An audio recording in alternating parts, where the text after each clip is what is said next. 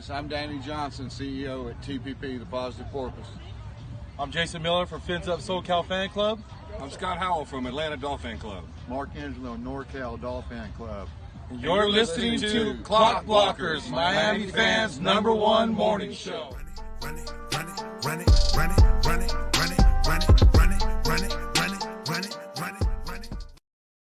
What is up, ladies and gentlemen? It is your boy, Stephen D, and we are live on this beautiful Tuesday morning. Welcome back, ladies and gentlemen. I hope you all had a beautiful and wonderful Memorial Day weekend. I know I did. I spent it all weekend with my family. Was at the pool for 3 straight days, worked on my tan. I felt real good. Got a lot of food in my stomach yesterday. I mean, not that there isn't always a lot of food. I'm a big guy. I love food. I'm just saying, yesterday was Memorial Day. The cookouts were everywhere yesterday. I was stuffed to the brim yesterday morning. That's all I'm saying. What is up? I hope you all have a good morning, my Fins family and my Finlaws. Again, I am Stephen Daniels. You can follow me on social media at Stephen D SKP. Spread kindness, positivity, and love. You can follow Miami Sports Music on Miami Sports Music on all social media platforms, with the exception of Twitter, where we are at MIA Sports Music there. So make sure you follow us there. Make sure when you guys come in, you hit the like button and subscribe to the channel. It doesn't cost you a thing to do those things. Hitting the like button and subscribing to the channel, those things help. And share. Let people know that we're here. So if you're on Twitter right now, share the link. You see that link below? Right next to the thumbs up button, hit that share, go to Twitter, share it on Twitter. Share it on Facebook. And when you do that, tag people. Tag your friends, your family, your loved ones. Let everybody know, hey, look, there's this guy. His name is Steven. He's a pretty awesome guy. He's got this awesome show called Clock Blockers, and you should go check it out in my New York accent. I hope you all like it. All right, make sure you guys go do that. Also, hey, look, if you want to sign up and become a member today, there are plenty of seats waiting at the table for you. Sign up today, become a member. A lot of beautiful perks and access that comes with that, so make sure you all do that today. Also want to remind you guys, you can help the channel grow by donating. A lot of different things you all can do here. Number one, you guys can donate using the YouTube Live Super Chat, which is the $ down at the bottom of the chat. Or you guys can use Cash App, which is $MSM Podcast Network, or you can use this QR code right here, okay? Or if you want to use PayPal, you can use MSM Podcast Network or use this QR code right here. Want to give a big shout out to our sponsors of the show, ZSM Sports. All your sports memorabilia needs, make sure you go find Zachary on all Twitter, Instagram. Make sure you guys go find him. Ladies, go find him. If you need some stuff for the man cave or the fan cave, you guys do it at ZSM Sports. I want to give a big shout out to our title sponsor of the show, Tail Greeter. Tail Greeter was at the NASCAR race all week, and let me tell you, they had a car on Saturday. It was a beautiful thing. So make sure you guys go check out Tail Greeter for the latest tailgate stuff, and make sure you download the app. It's free on your current Apple or Android device. Make sure you go follow them today. A lot of cool stuff that Tail Greeter does, and just because football season is over doesn't mean the tailgate doesn't stop. Okay. Make sure y'all do that. All right, we got a big show lined up for you today. I got my man Daniel Oyefus on from the Miami Herald. We're going to have him on, and I got to remind y'all, I'm going to be releasing 5 more names this morning for my for my Stephen Daniels NFL quarterback rankings, 20 through 16. And for those of you who don't know, so far, this is what we got so far. And we'll get into that a little bit this morning with Daniel, because I see Daniel looking right there. And he's like, what? You got this guy's name here? Huh? What? We'll talk a little bit about that. Maybe I'll release it with Daniel and have a little bit of fun with him. But without further ado, it is that time. So let me bring on the guest, the man of the hour, Daniel Oyefus of the Miami Herald. What is up, Daniel? How are you this morning? Good morning. I'm doing well, man. Doing well. Glad to hear you enjoying your Memorial Day weekend. Enjoyed mine as well. I did, man. What did you do? I mean, I don't have a grill out here, but I was putting some stuff in the air fryer, cooking some fish, had some burgers. So it was a good weekend for sure. Did you get in the pool? Did you enjoy the pool at all? No, I got to. I gotta head down to today, maybe later today, because there's no practice today. I gotta go down and enjoy the pool. But it was raining the past couple of days down here, so I couldn't. Yeah, it was pouring down here. We had beautiful. Just so you know, Daniel, and I'm sure your family told you because they live in the same area that I live in. We had beautiful 80-degree weather for like all week. It was You great. see, it was warm and humid, but it was just pouring down rain a couple of days. So I mean, it wasn't really optimal to step in the pool. I have 2 kids, 8 and 6 years old, and so for like the last week, they're like, "Dad, the pool opens this weekend. We got to do the pool all week." And so Saturday when the pool opened, we were there at noon when it opened, and then Sunday we were there, and then yesterday I was like, "All right, let's go." My best friend Travis, I have a couple of best friends, and he was one of them, and he's like, "Hey man, I'm having a cookout." I'm like, "So do you guys want to go to the pool or Uncle Travis's?" What do you think they chose? They chose the pool. They chose the pool, but we still went to Uncle Travis's for like a couple of hours and had a good cookout there. But we finished the day off at the pool again. I'm so tired. The pool takes a lot out of you when the sun's beating down on you. It does. When you're just out there, just soaking in all that sun, man, it makes you tired real quick, and you're not even doing anything. I know, man. I was knocked out. My kids were like, "Dad, wake up!" I'm like, "You guys want to be at the pool? You play in the pool. I'm taking a nap." Yeah. God. All right, man. Well, that was my weekend. It sounds like you had a great weekend too. Just real quick to get off the, not jump right into the Dolphins because you're a big basketball fan. What happened? What happened, man? What happened? Game 7, dude. What happened? We got to talk about it real quick. I mean, the Celtics just came out with more energy, more poise. They were hitting shots.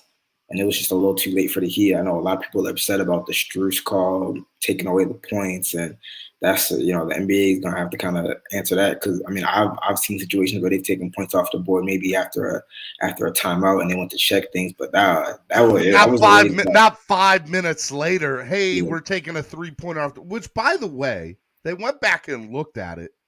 I don't know if his heel ever touched that white line. Yeah, it wasn't definitive enough to me, but I don't know if maybe they had another angle or something like that. It wasn't the greatest look, especially when you have a whole bunch of, I mean, it was mostly Heat fans that were saying, the rig is in for Boston, but it wasn't the greatest look right there. But I think Boston really, they earned that win though, despite all that. Look, it was so tough watching that game, and the Honorable Solo D was there, and it was, oh man, it was, that game 7 was here's what I'll say. I'll say that if Jimmy Butler instead of taking that 3 at the end and drove to the hole, I think we'd be seeing a Miami Heat Golden State NBA Finals. I truly believe that. But I also am not mad at him for taking the shot there. Yeah, Does man. that make sense? Yeah, but even after that, I can't even blame him for the shot, man. I mean, he played all 48 minutes. It's almost like he deserved to decide on what to do, and it's like, who knows? Maybe he didn't have enough lift to get by or enough burst to get by Al Horford in that spot. You just don't know. Jimmy played the entire game. He was literally. I'm not mad at him. Mad at him. I'm not saying that he's, the reason for them losing, but I guess the other question is, what do the Heat need to do this offseason to make that jump, man? Because, I mean, I think they're one more big name player, but I think they need a big man, Well, I mean, it's interesting because, you have a guy in Jimmy Butler who's not getting older. I mean, as great as he's been, he's not getting older. He's like 33 right now. So, yep. You hope that maybe you have a couple more really, really strong years. But, Father Time was undefeated. And then you have a situation where you have some young cornerstones who maybe haven't played up to that standard. Bam was very inconsistent throughout the playoffs. Mm-hmm. He seemed like he really got it together the last couple of days. But then you have Duncan Robinson, who you're paying over you're paying $90 million to. He became unplayable. You have Tyler Herald, who was the 6th man of the year, but he started missing shots, and then he became kind of a liability on defense. Obviously, he got hurt late in that Celtics series, but that's not a good look when you're paying significant money to a lot of guys, especially young players, and you get to crunch time in playoff series and you can't play those guys. Obviously, Kyle Lowry, it seems like they're kind of stuck in that contract right now. I said it earlier in the Philly series. I said they need a dynamic point guard. I know there was a lot of talk about them getting a guy like John Wall to maybe be like a backup point guard. I think that would have been great to have just somebody. Could you imagine John Wall in this series? I think he would have been a game changer. Yeah, I mean, obviously, I love John Wall just being from, the Baltimore, D.C. area, the DMV area. He hasn't played for a couple of years, but I mean, I think that he's the kind of the archetype player that they need in kind of running the point. Kyle Lowry, when healthy, he's very, very solid, but I mean, he's 36. I mean, he's past his prime, and injuries are a factor now. So I think they're definitely going to have to get more dynamic in the backcourt, but they're going to have some hard decisions because again, Duncan Robinson is making $90 million, and you can't play him during the playoffs. I mean, that's a wasted roster spot right there. Tyler Hero, for all of his talents, he can become a liability on defense sometimes. So they're gonna have to make some hard decisions and figure that out. But I mean, Pat Riley, he's done it year time after year. and time again. He knows how to do it. I have faith in Riley. I agree. Here's what I'll say: they had a great season. It was fun watching them. It was. I'm not 100% mad at that. You take the refs out of the game, they probably win that game 7. But I don't know, man. I'm there's a side of me that's like I'm upset that the Celtics won because I hate Boston and I hate everything Boston. But I'm also like, man, how can I get mad at the Heat for doing what they did? They had a great run. Like they went toe to toe with Boston. And here's a reality. What even bothers me more is I hate Golden State. So the NBA Finals, which I love watching, have the two teams I hate the most, and that's Golden State and Boston. And I can admit that I am straight hating on both those teams. There's no excuse other than I hate Boston and I can't stand Golden State for winning. Okay, so that's it. I'm a straight hater in this NBA Finals. Yeah, at least you admit it. I'm a man enough to admit it, Daniel. That's all I'm going to say. Okay, all right, enough about that. Let's get into a little bit of the OTAs because I do want to talk to you about my quarterback list and quarterback lists all across. So let me ask you, what's going on with OTAs? How's it been going? Any news to update us on? Oh, it's been pretty quiet. I'm pretty sure the team did have off yesterday for Memorial Day weekend. They're off today, so they'll be back at it for mandatory minicamp, which starts Wednesday. So that'll be a 2-day mandatory minicamp on Wednesday and Thursday, and then they'll wrap up with their final OTA practice, or they'll finish up with OTAs next week. Okay, and do you know if everybody's supposed to be there? Is there anybody that's been excused from mandatory minicamp? Well, I mean, for mandatory minicamp is mandatory, so you expect all the veterans to be there who maybe haven't shown up. Maybe some guys won't be there or won't participate because of injuries. Alec Ingold is still recovering from a knee injury. Raheem Mostert is still recovering from his deal. There might be a player here or there that we just don't really know about that's dealing with something. So he doesn't participate or show up. But for the most part, I mean, you're expecting the overwhelming majority of that 90-man roster to be there tomorrow. Okay. And again, is there any news on, any other potential free agents to get signed between now and the start of training camp on Wednesday? Or is this the team that they're going with to start, probably once we get into July into regular training camp? Yeah, it's been quiet on that front. I mean, they have the entire 90-man roster filled. I mean, they had to cut Chris Stroger just to sign Melvin Ingram, and it'll be interesting to see if maybe I would expect him to pop up tomorrow because it is the start of mandatory minicamp. But it's been pretty quiet on that front. Obviously, there's possibility to make a move, and I'm sure that they want to get anybody in the facility, before training camp. But at this point, you've missed most of the offseason workout program anyway. So I don't know if there's maybe like a big rush to do that. After next week, the players are going to be off for about a month, and then they'll get back to things. So I wouldn't necessarily say there's a big rush necessarily to even get somebody in the building right now because the offseason workout program is just about to conclude. Yeah, I would say 90% of the people that are still available, as far as free agents are concerned, are tenured veterans that want nothing to do with these off-season mini workouts, and are just like, look, I'll just chill until my name gets called. And I think the Dolphins aren't done, but I don't see them making another move for another week or two. And that's the way I look at it. I just didn't know if you had any other different news on it. All right, look, it's that time of year. Like, there's not really too much to talk about when it comes to our roster right now. We've made all the moves. We've talked about everything. We can sit here and talking about win-loss records. I'm not getting into that till training camp starts now, as far as I'm concerned.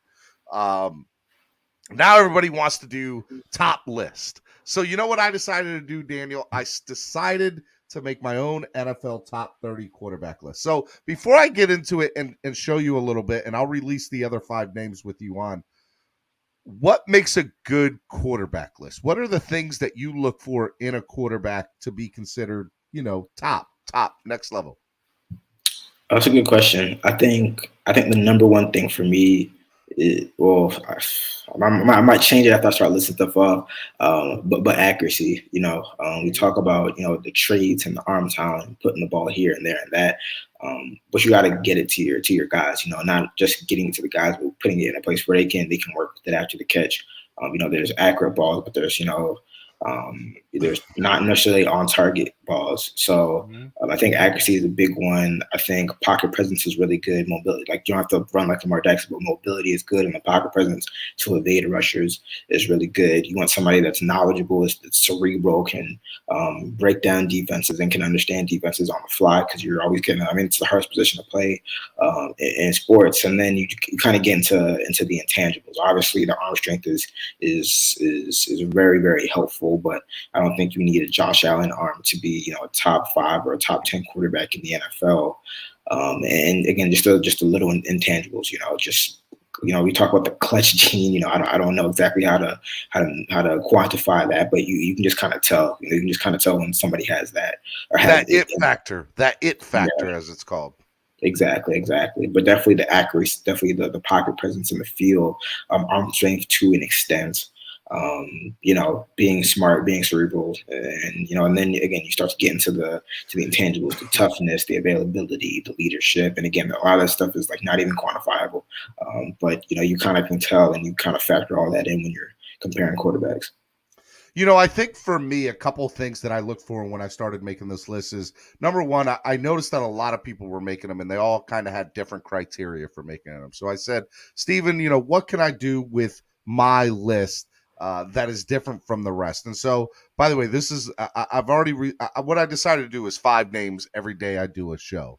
So this was the first 5. And before we get into that, what I wanted to do was just show you my metrics that I use. So I have Go ahead. Let me refresh my screen, because I'm frozen right now from my screen, so I won't be able to see it. Let me refresh it real quick and get back in and see it. Okay. All right. While Daniel jumps back in and jumps back on, I do want to remind you guys, this was my first 5 of my top 30. I released 5 more names on Friday, and I'm going to release 5 more names today. So we're going to get to 16 today. So be on the lookout for that. So, one of the things, I'm going to wait for Daniel to get back in here, because I really want him to see here. Let me get up in here. Got the bots in here this morning. Actually, let me say hello to everybody that's in here this morning too, while I wait for Daniel to come back in. I got Lance McDonald in here, Trucker Sean, what's up, man? Get at me, Trucker Sean, on Twitter. Trucker Sean, get at me on Twitter, man. Saxman, J Will, what is up? Chef Shoe, California, Alan, what's up, Alan? Paul Glover, Rick Spar, who else I got up in here? TD on location, Level 2 Noob, Shake Money, Marty Woodley. What is going on, everybody? All right, let me bring my man back up in here. Daniel. Sorry about that, man. You're back. Yes. I gotta get it. Oh, man, this joint, it's on its last legs. It's on its last. He's like, I need more. All right, hey, turn your phone sideways. Oh, I got you. There we go. All right, now, so this is what I wanted to talk to you about. Okay. So here's my metrics for my list, Daniel. Number 1, rule. I have one rule of the list, and the one rule is no more than 1 quarterback on the same team. Okay, that's my first rule. Okay. I felt like a lot of people, when I was looking at the list, they had 2 or 3 quarterbacks from the same team. And what I wanted to do is say, if somebody wasn't good enough to start, or in my opinion, start on their team, then they're not in the top 30 of the quarterbacks of the NFL. That's the way I looked at it. Okay. Now, I do think there are some capable quarterbacks that would start on other teams. All right. Let me just throw that out there. But that was the rule I had for mine. The metrics that I used, and not in the order that it's in. Okay. I should have put A, B, C, D, whatever, or just little stars next to it and not 1, 2, 3, 4. But these are not in the order, but these are the metrics used. I have natural ability, which in my opinion is more of the eye test, right?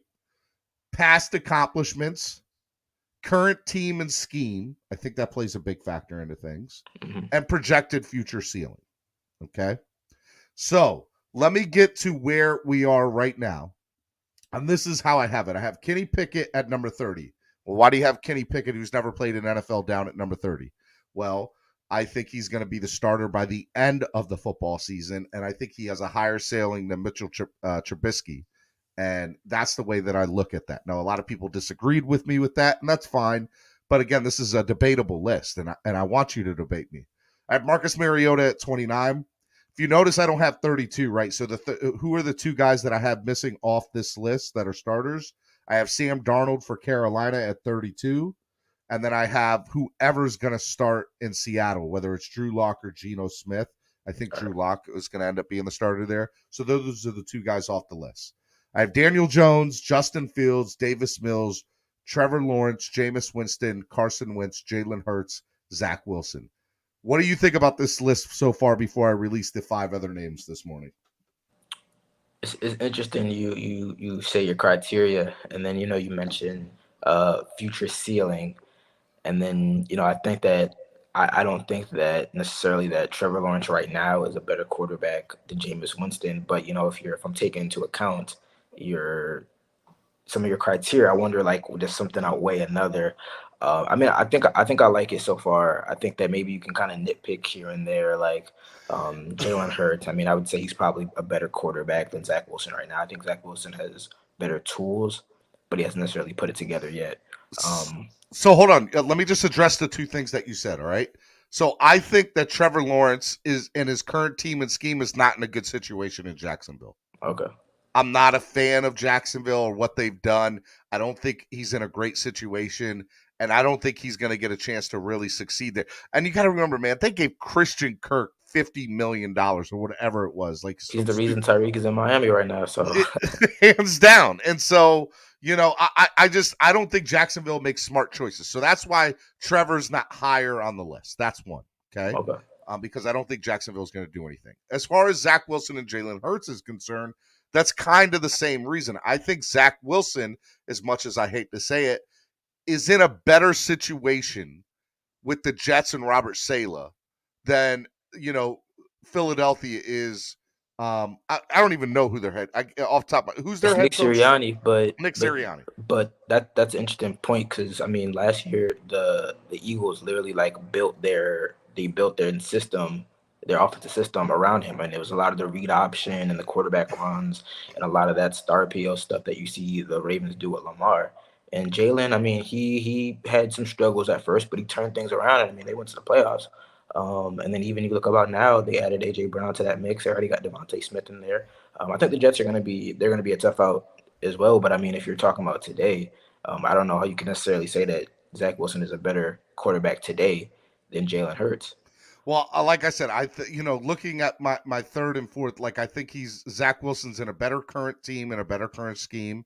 And I think that Zach Wilson will, in my opinion, has a higher ceiling than Jalen Hurts. Yeah, that's fair. That's fair. No arguments there. No pushback there. And look, you can say, okay, well, look, Jalen Hurts has more natural ability than Zach Wilson does. But I wouldn't even say that. I wouldn't even say that because I think that Zach Wilson has a much stronger arm. I think he's a little more accurate. And he can move too. So I wouldn't even say it's based off that. But I'm just saying so at some point you got to do production as well. And it's like Zach Wilson as a rookie did not produce at all. Again, he was a rookie, but he was literally one of the worst quarterbacks in the NFL last year. He was, So all right. So now let me break this down for people here. So this is not just to you. This is to the people watching. So when I started getting into 20 through 11, I started to have to look at quarterbacks that have had Super Bowl appearances, to people that have had Pro Bowl seasons, to people that have high ceilings, right? And so I'll say that, in my opinion, I think my top 10 is less debatable, because when you get to that, and you'll see by the end of the week where that's at. I think it's less debatable because I use more, Super Bowl champion, Super Bowls, just accomplishments, Pro Bowls, MVPs, and that. This is harder. 20 through 11 is going to be critiqued and judged like no other. Okay. So again, I'm just doing 20 through 16 today, and tomorrow I'll do 15 through 11. Okay. All right. All right. So here we go. I'm going to release it and watch the chat go crazy, Daniel. You ready? I'm ready. All right. Here we go. At 20, I have Ryan Tannehill. At 19, I have Mac Jones. At 18, I have Tua Tagovailoa. At 17, I had Jared Goff. At 16, I had Matt Ryan. Now, let me break this down for everybody. We'll start with 20, Ryan Tannehill. Ryan Tannehill, I think, is better than everybody 21 through 30, obviously. And he's been in the NFL, a very long time and has been a starter every single one of the years he's been in the league for the most part. His biggest knocks on him are, can he carry a team by himself, which I don't think that he can, right? He, in my opinion, is more catered to the system that he's in. He's in a great team and scheme in Tennessee. And so that's why I have him at 20 over some of these other guys. And he also is a couple of Pro Bowls under his belt. Mac Jones, Whack Jones, as I call him. Whack Jones, in my opinion, is somebody who is in a great team and a great scheme in New England, but I don't think he's better than a lot of the quarterbacks that you're going to see in front of this list as far as projected future ceiling is concerned. I don't think his natural ability is there. And look, I have to take his past accomplishments into there. He's made a Pro Bowl one year, right? And I mean, he was like a fourth vote, and I don't really count that stuff, but I mean, I guess. Yeah, I mean, look. He was like a fourth alternate, but. And by the way, I can see people's lists where they're going to be like, oh, I'm going to move Tua all the way down to 20, or, I'm going to move Tannehill all the way up to 16. I'm telling you, 20 through 11 is going to be very debatable, and you can switch these guys any order you want. This is my order, right? Mm-hmm. I have Tua at 18. And the reason that I have Tua at 18 is because and I have them below Jared Goff and Matt Ryan is because Matt Ryan and Jared Goff have both been to Super Bowls. And I can't put a quarterback that's been to a Super Bowl for the most part above Tua or below Tua. I can't put Tua above them. I mean, I can. I mean, you can't. I didn't. In my opinion, it was like I actually originally, when I did this list the first time, Daniel, had Tua at 15 and then 16. And then I put him down to 18 because when I went to bed at night, I was like, I can't put him above people that have been in Super Bowls. Now, I think Tua has a higher ceiling than Tannehill, Jones, Goff, and Ryan. Tua has a higher ceiling there. I also think Tua, out of all these guys, with the exception of maybe Matt Ryan, is in better situations. The team in Miami is just set up for success. And I think, the tools and the weapons around him are just going to make it look, it's going to be very, very good to see. And then, Jared Goff at 17 is going to be very interesting because I don't necessarily, I like Dan Campbell, but it's Detroit. And I just don't know if Detroit's ever going to be on par with being a playoff contender on a year in, year out basis. They had, Matt Stafford for a long time and couldn't do anything with him. And Jared Goff would be the one where you could say, okay, I'll put Tua over Jared Goff.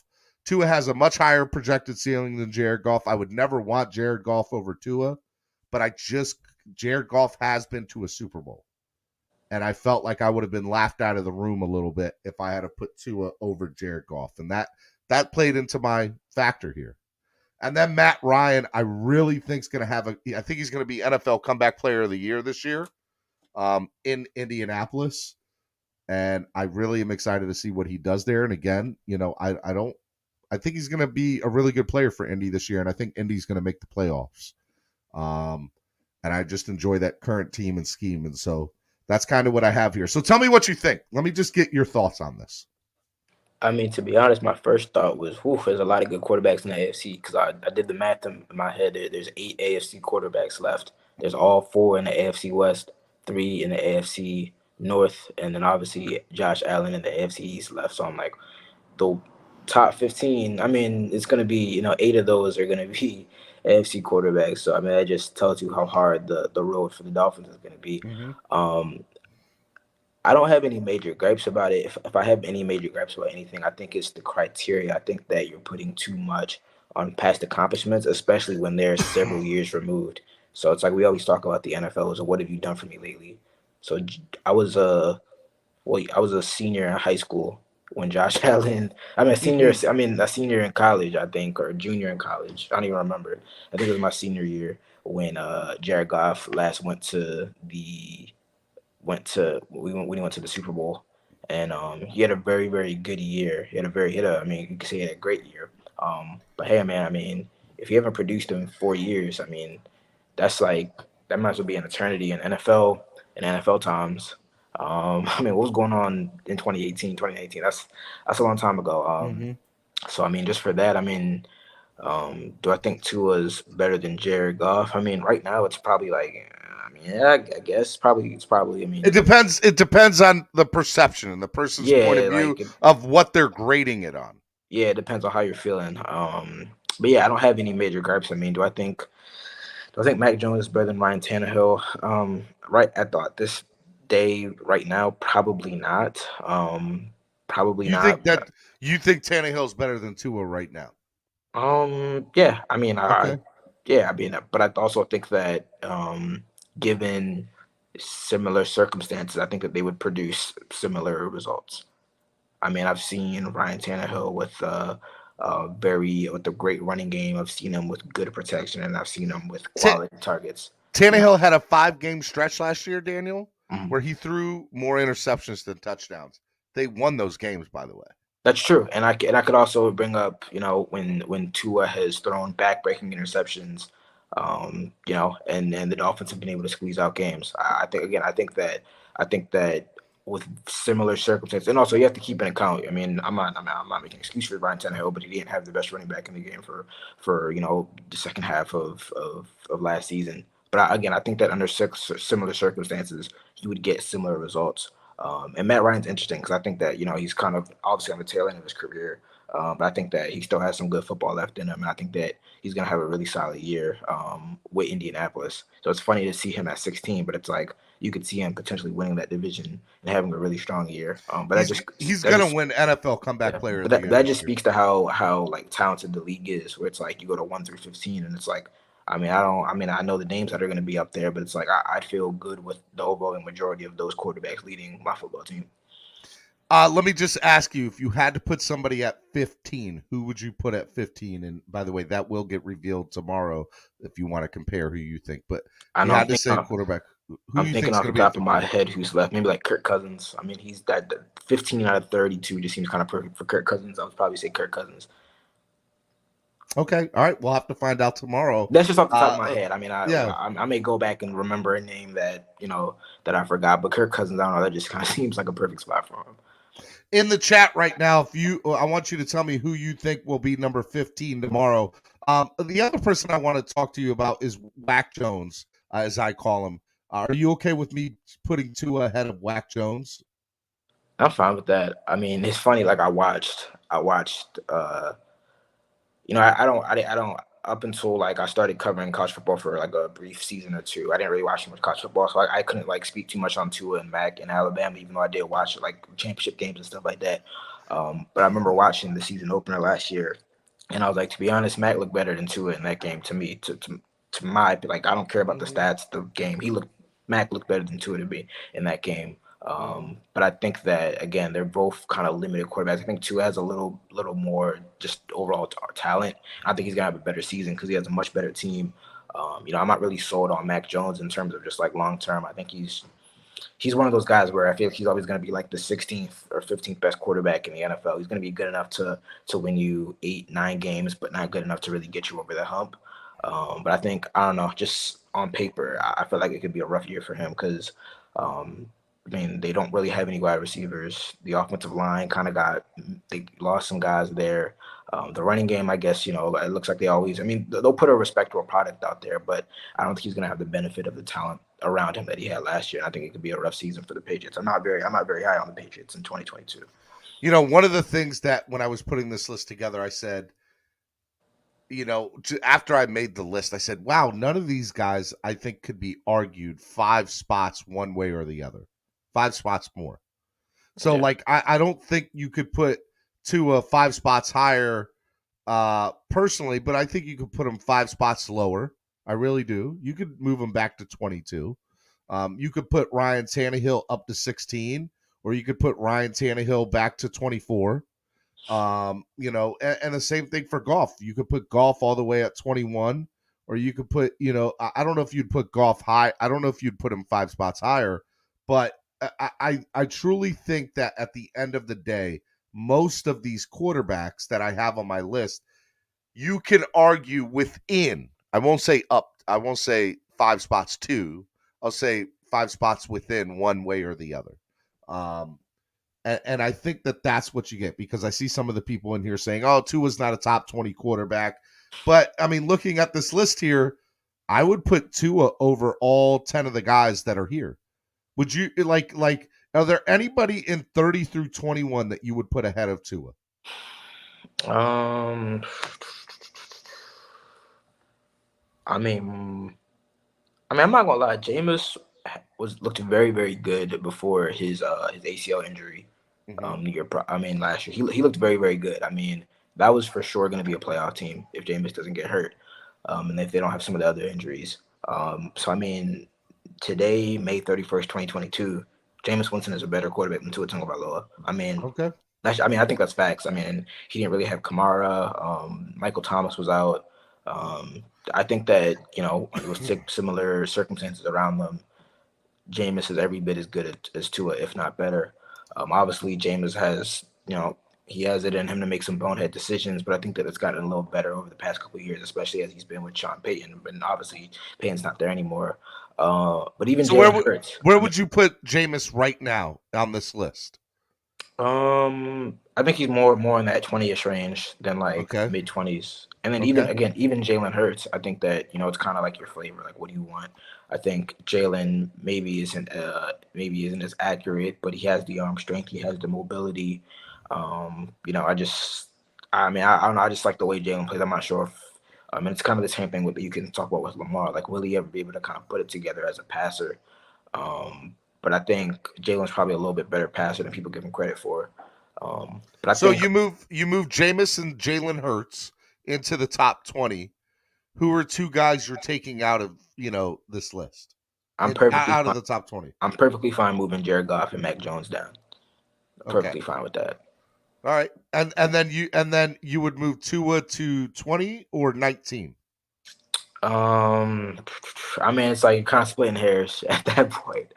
18, 19, and 20. These are all again, unproven. See, the funny thing about the rankings, and because there's different ways of doing it, obviously you chose the way that you do it, but I've seen a lot of people do tiers, which I really like, because then you have the lowest tier is the rookies. So it's we don't know anything about these guys. So let's just put it's not necessarily the worst quarterbacks, but it's a tier, rookies.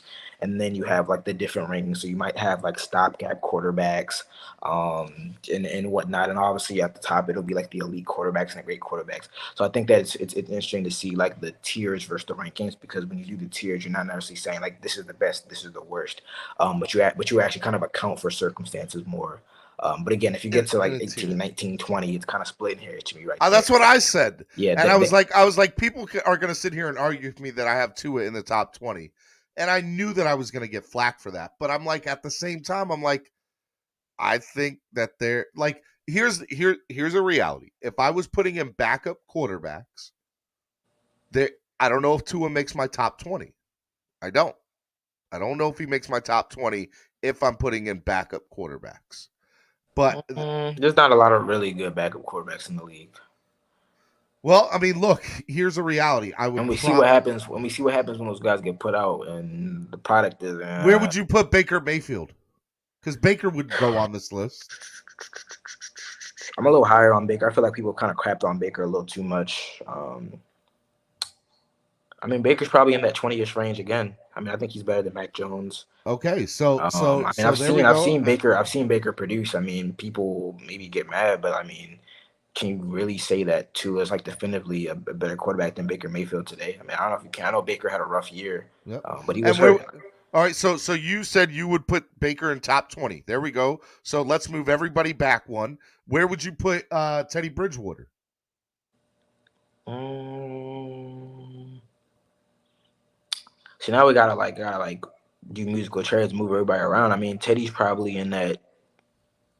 I'm trying to think about if I said right, like the 21, 22-ish. Yep, I agree. I think he's right around that range. Okay.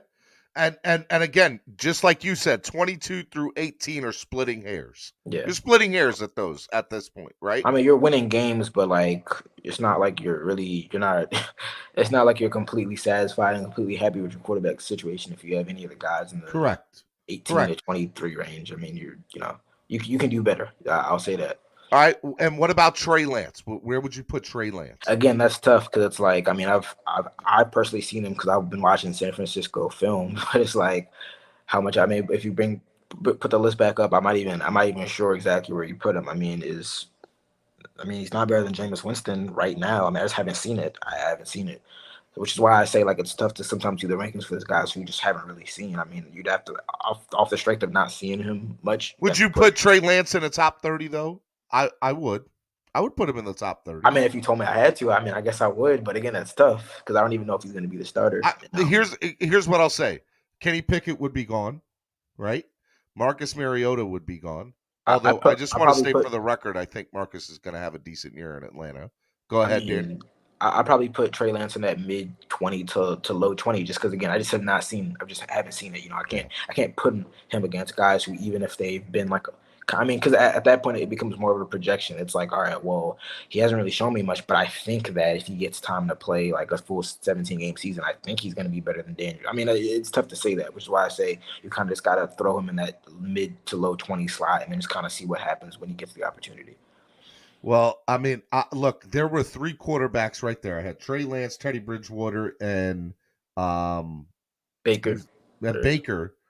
That if I was putting in backup quarterbacks, this list would look a little bit different, you know? Yeah. And I still think there's probably 1 or 2 backups out there that might make that list.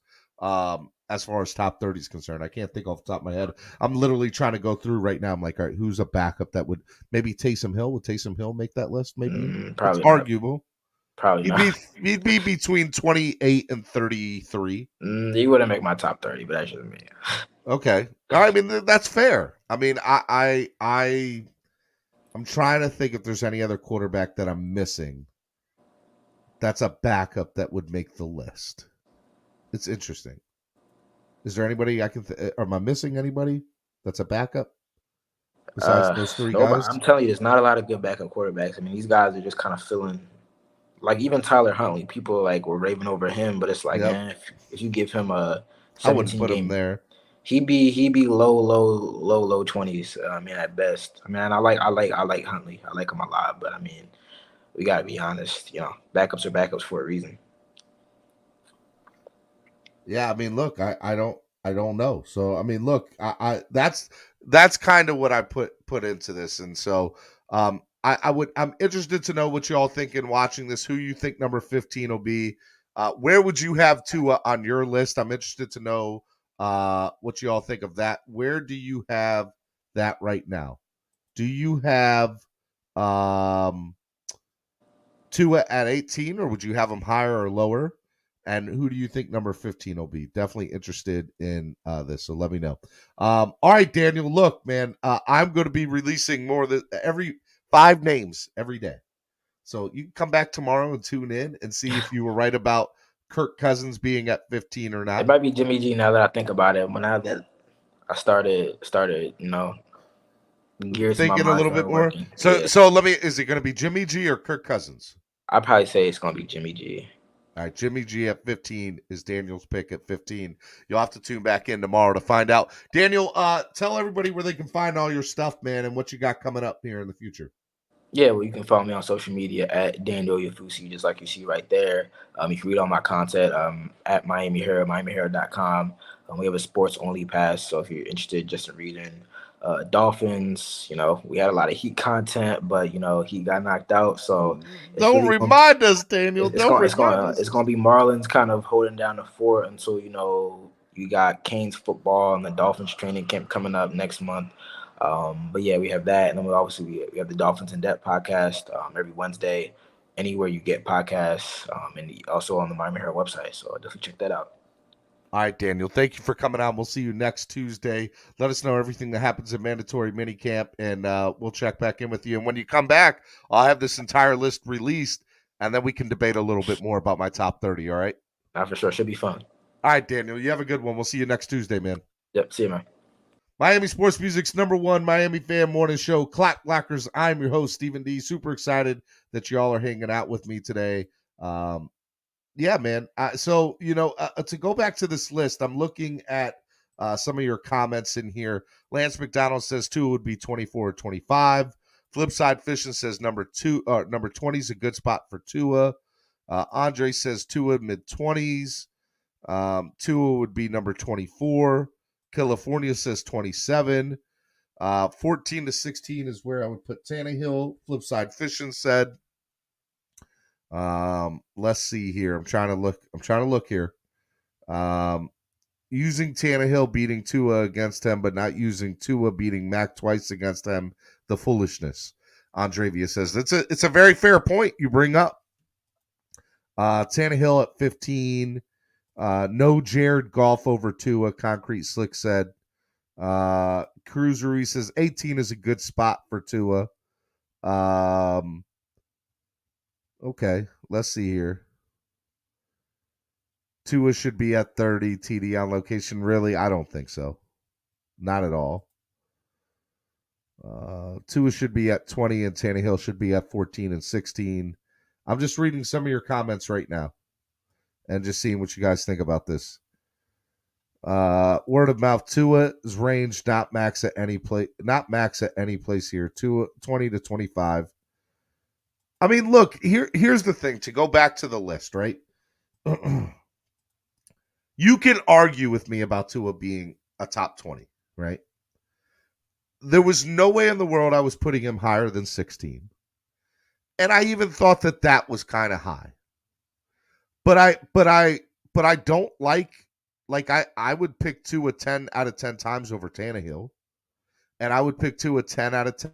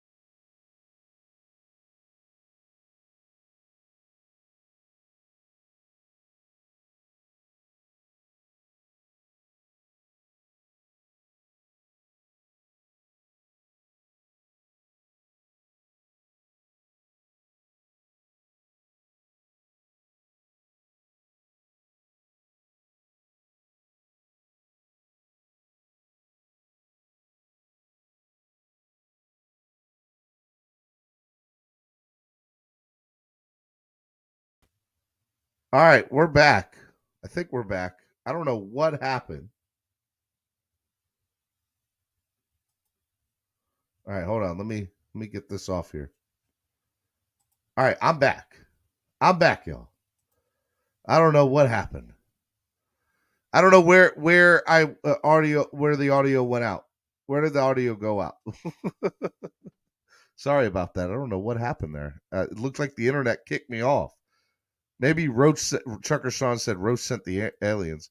YouTube said stop this blasphemy. Had 2 straight years of throwing under 100 yards in a passing league. 24 through 30 is the spot for Tua. Tua non hit you, Steven. They might have, bro. They might have got me. Tua non took out the audio for not putting him in the top 5, Stephen D. Okay. Well, look, I'm back. I'm here. I don't know what happened, guys. That was weird. It just I had a thing here that said, here, let me hit the refresh button up here. You've been disconnected, from the thing. So I don't know what happened. Weird. That's all I'll say. Weird. You never know. You never know who's watching. They might not have liked this list. I'm gonna put it back up here and see what happens. But yeah, I mean, look, that's kind of where I'm at with it. All right, so I'm not gonna have a big panel today, but I will bring you on one at a time to talk to you a little bit. So if you want to get on and just chat with me about this list, interested to know your thoughts. I want to know what you did over your holiday weekend. And I'm gonna bring you on one at a time. We're not gonna do a big panel this morning. Maybe I might have 2 or 3 on at the same time, depending on who comes on, but the goal will be one at a time. Get on. I put the link in the stream. Get on. Get in where you fit in. Maybe it was those bots. The bots have been getting me this morning.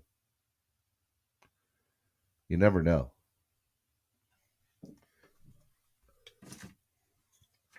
You never know.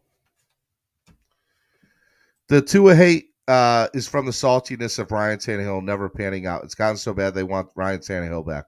I mean, look, that's an interesting question. How many of you in the chat would have Ryan Tannehill over Tua? Interested to know. Would you have Ryan Tannehill over Tua? And it sounds like from what a lot of you are saying, you would. I personally would not. Tua has only had 3 100-yard games in 2 years, and he's higher than number 17. That's crazy, Stephen D. I wouldn't have him higher than that. I have him at 18. But look at the rest of these quarterbacks. Like, some of you who are saying 24 through 26 or 27 through 29, are you really taking Carson Wentz over Tua right now? Are you really taking, I personally don't see it. I'm not taking Zach Wilson over Tua. I'm not. I'm just not going to do it. 17 meaning Tannehill, Stephen D. Tua shouldn't be higher than Tannehill. There is a Dolphins fan biased with Tannehill, but it's all good conscience. I couldn't put him above Tua. Never. Again, we are biased. Jared Goff. Again, my reasoning to have Jared Goff in front of Tua is Jared Goff has been to a Super Bowl. Because I felt like if I had to put Tua above Jared Goff, the argument would have been, you put a guy who's made a Super Bowl over. So I couldn't. And if I'm correct here, I don't think any one of these other quarterbacks here have been to a Super Bowl as a starter anyway. So that's kind of what I think. All right, let me bring in Andrevius. What's up, Andrevius? Good morning to you, brother. I'm just here because apparently we're reminiscing and clamoring for Tannehill because the Tennessee Titans beat us, even though he only had like 120 yards in that game. And apparently that's King Mill's point that, Tua doesn't throw that many yards. Neither does Tannehill. Come on, guys. Stop it. Stop it, Skip. Like, come on, guys. I ask this almost every day. What are we doing? What are we doing with these arguments y'all making? It's S9, S10, S12 in the words of Stephen A. Do you think where I have Tua is fair? Yeah, I don't have a problem with it. I don't. I feel like I think the nitpickiness of, first of all, I think anybody in this 5 group can be interchanged except for Mac Jones. In my opinion, he's absolute trash. In my opinion, so you would have him lower. Yeah, I think Mac Jones is trash, and yeah, I get he had an okay season. People are gonna say he made the Pro Bowl. He didn't make the Pro Bowl, guys. Stop. A lot of people say that. He was an injury replacement. He was a replacement. They just like, hey, I like Mac Jones. Let's put him in there. Whatever. Anyways, yeah, Mac Jones is trash to me. But them other guys, they're into. I would personally probably. replace Mac Jones in that. And I'm saying 16 through 20, all of them are interchangeable in my opinion, except for Mac Jones. And I would probably move up maybe a Jameis Winston into that group. I feel like you're asleep on Jameis Winston. And the fact that you put Zach Wilson above Jameis Winston is ridiculous. I hate you for that. You know what's funny? Out of all the people on this list so far, the two people that have given me the most grief are me having Kenny Pickett at 30, which is fine. I understand that. I think that's ridiculous too, but I don't really care. And Jameis Winston. I get a lot of hate for Jameis Winston for how low I put him. And here's my thought and reasoning behind this, right? Number one, I think Jameis Winston would be lower had he not had coming off an injury last year. So I'm not sold on his injury, right? I don't know what's going to happen with that.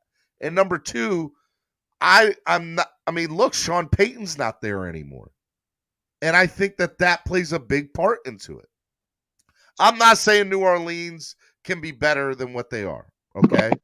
I'm just saying that if I'm taking into account its current team and scheme, I don't know what New Orleans is going to be like this year without Sean Payton.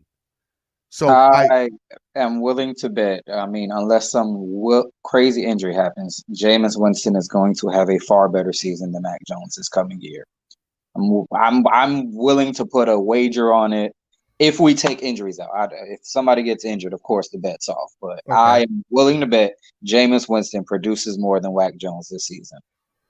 I mean, I like that. I think that's not a bad compare. Like, that's not a bad thing to say. But my issue is, I'm like, again, I'm not a betting man, but I would never bet against Belichick. Like, Belichick's gonna find a way to win, cheating. I would. Whatever. It's over. Those days are over. I know they made the playoffs. I hope you're right. I hope you're right. Playoffs last year, and I think we think Belichick's back. Come on, they barely made the playoffs, and they got destroyed in the playoffs. Belichick, those days are over. I think y'all. If the Dolphins, think about this, if the Dolphins made the playoffs as a wild card team and got destroyed, we wouldn't be like, well, damn, we're the team. We're the team now. Oh, our coach is great. We would not be saying that. We would be like, back to the drawing board. This is not it. No. We would not be celebrating getting blown out in a wild card spot. We would not celebrate that. But I guess Belichick, you get the past 2 years, it seems like without Tom Brady, he's nothing. I'm gonna just be honest. I'm just throwing it out there. Sorry to say it. Seems like Tom Brady was the reasoning for all their success. I'm not mad at you for thinking these last 2 seasons weren't successful for them. Nobody considers a wild card blowout as a successful season. Nobody. Well, if that's the case, we should have kept Adam Gase because he did that in 2016. I get that's extreme, but I understand. That's not extreme. That's literally exactly what happened. I mean, look, I'm not look. I hate on New England because they win, they cheat, but they win. But that I have a very difficult time knocking Belichick. That's just me, aside from that. All right, let me ask you one more question before I get you out of here. Jared Goff and Matt Ryan above Tua. Do you understand? Like, what? Or do you think that's a travesty? Do you understand my reasoning behind it? I think Jared Goff is absolutely awful, and it showed this past season. But I can't really hate on it because if you give him a good team, apparently, he can succeed with a good team. But by the way, doesn't this make the argument? That good team gave up on him, and then when he went to a bad team, we were like, "Oh, I see why." Doesn't this make the argument though for Tua, for people that don't like him, that are like, because there are some people like, we're never going to go to a Super Bowl with him. People, LA went to a Super Bowl with Jared Goff, and if LA could go to a Super Bowl with Jared Goff, and by the way, I think the Dolphins have a better team right now than what LA did that year. Okay, roster wise. I would have to go and say that Tua can get you to a Super Bowl at minimum the way Goff did. And I think Tua's a by far better quarterback than Goff. Now, Steven, why do you have Tua above Goff here? Because I felt like if I would have been very hypocritical, I worried about other people and what their thoughts were a little bit when I made this. Because my original thing is I had Tua at 15. Then I moved him to 16, and then I moved him back to 18. And I think you'll see why when you see who number 15 is tomorrow. And that is my last question for you, Andrevius. Who do you think number 15 is going to be? I have no idea. I don't know. 15.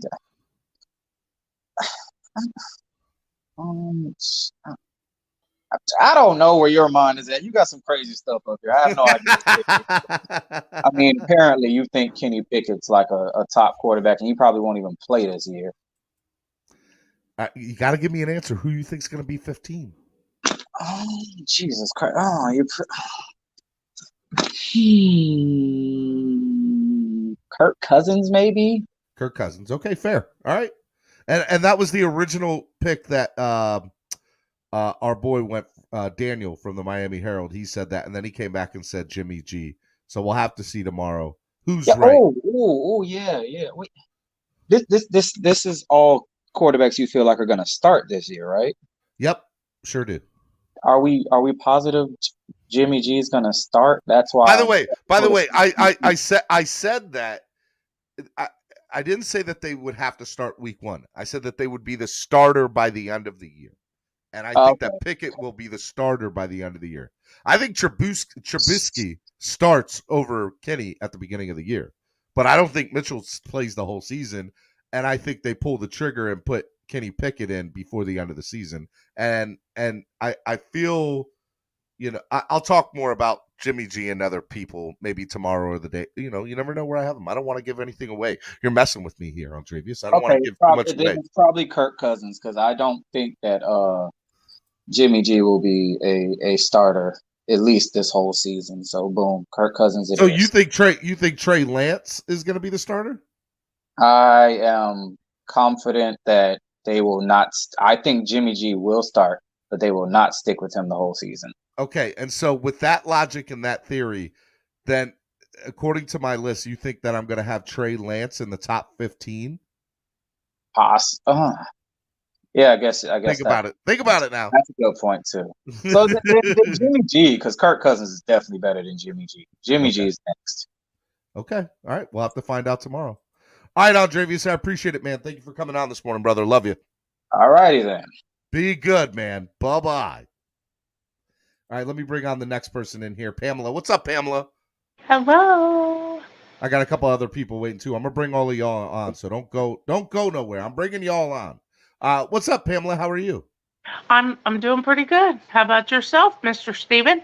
I am doing okay. How are you? Same. I was thinking that when you said you had a little fear of people, I was thinking you've got FOP and FOMO. Okay. Fear of missing out and fear of what? FOP. Fear of people. Fear of people. No, I don't have fear of people. I just made that one up. But you said you were a little afraid of what they were going to think. I did. Yeah. And I wasn't afraid of it, right? Like, it was in the back of my mind. And so in the back of my mind, I'm like, if I have two quarterbacks that have been to a Super Bowl above Tua, people are going to be like, Steven, are you kidding me? Are you kidding me? Even Tua supporters, I felt like it would come from. Like, I don't know if you can have a guy who's been to the Super Bowl above Tua yet, but I think or Tua above them yet.